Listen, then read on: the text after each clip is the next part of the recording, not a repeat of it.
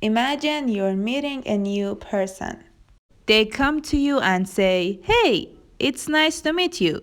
Would you say, "Me too" or "you too"? If you want to know the answer, stay with me up until the end.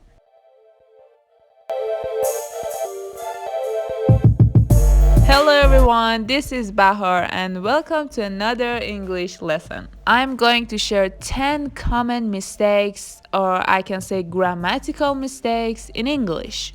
I want you to know that every person, even native speakers or English teachers, might make those mistakes, and this is totally okay. You only need to write them out so you will pay attention to them, and next time you will remember to avoid those mistakes.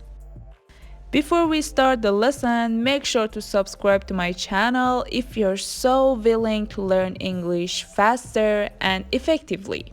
Also, comment down below about your last English mistake that you made. Then I can help you to stop making those mistakes again.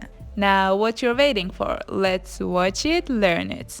Alright, first I will show you two sentences that you have to choose the correct one. Then we will discuss about the reason why we are choosing that sentence. Alright, look at these two questions. Which one do you think is correct? The correct answer is, "Can I give you some advice?" You have to remember that advice is an uncountable noun and it can't be prefixed with an article. So you have to say some advice or a piece of advice.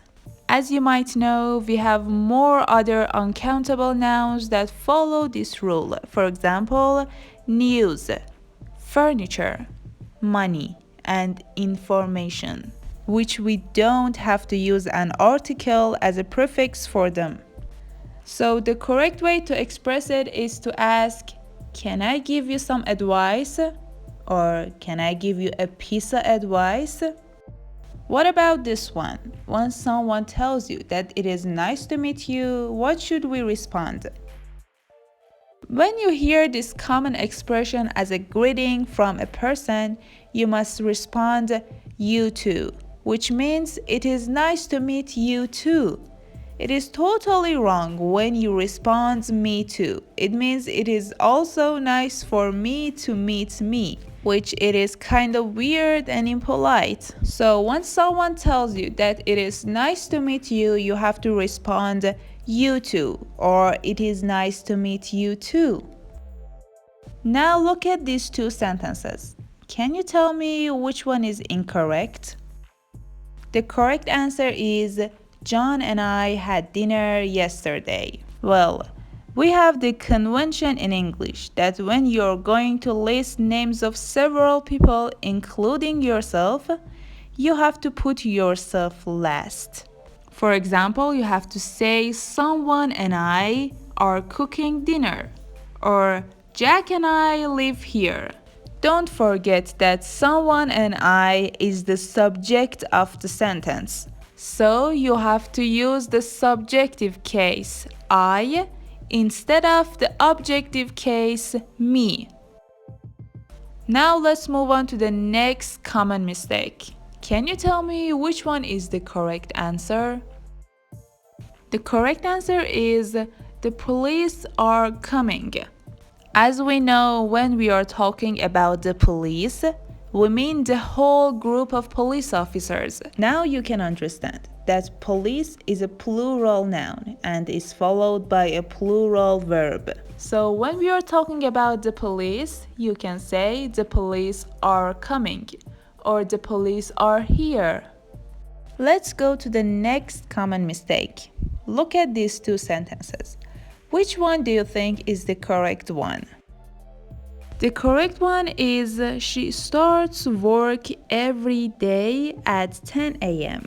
Although these two words, every day and every day, sound exactly the same, they are different in meaning. Well, it is okay to confuse them.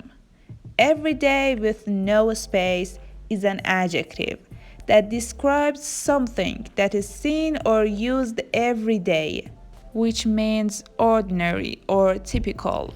For example, the everyday problems of living in a big city is making him crazy. On the other hand, every day with a space is a phrase that means each day. For example, she gets up at 6 every day. Alright, let's move on to the next common mistake. Take a look at here. There is a little difference between these two sentences. You have to say every student wants to be successful. You know, when every refers to the subject of the clause, we use a singular verb for the sentence. Or another example, every singer wants to be famous. The next mistake is so common and most of us know the reason why. As you know, when you want to show your agreement after hearing a negative sentence, you have to say me neither. I have made a complete video about me too, me neither, and either that you can watch it after this video. So when you want to show your agreement after a negative sentence, you have to say me neither. For another example, she doesn't like to dance. Really? Me neither. I'd prefer to stay at home and read novels. Let's continue. Which one would you choose? The first sentence or the second one? The correct answer is, although it was freezing, we rode a bike.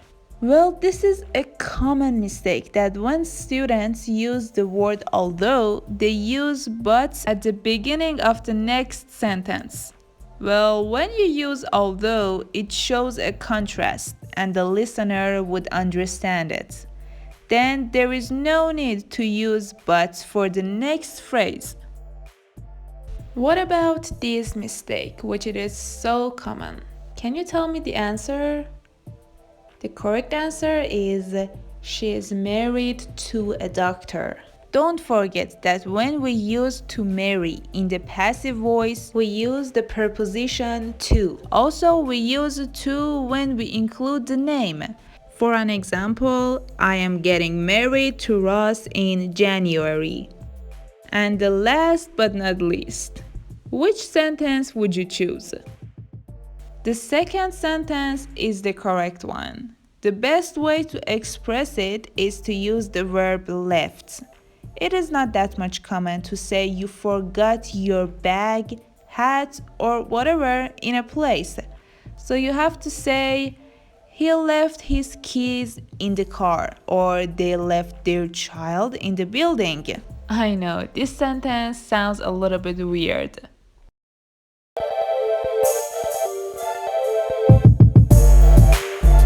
Alright everyone, that was it for today's lesson. Did you make these mistakes before you watch this video? Comment down below and let me know that you won't make these mistakes again. Also, make sure to subscribe to my channel and hit that bell button so you won't miss any of my videos that I post. Thank you for watching. I hope you enjoyed it. Goodbye. Have a nice day.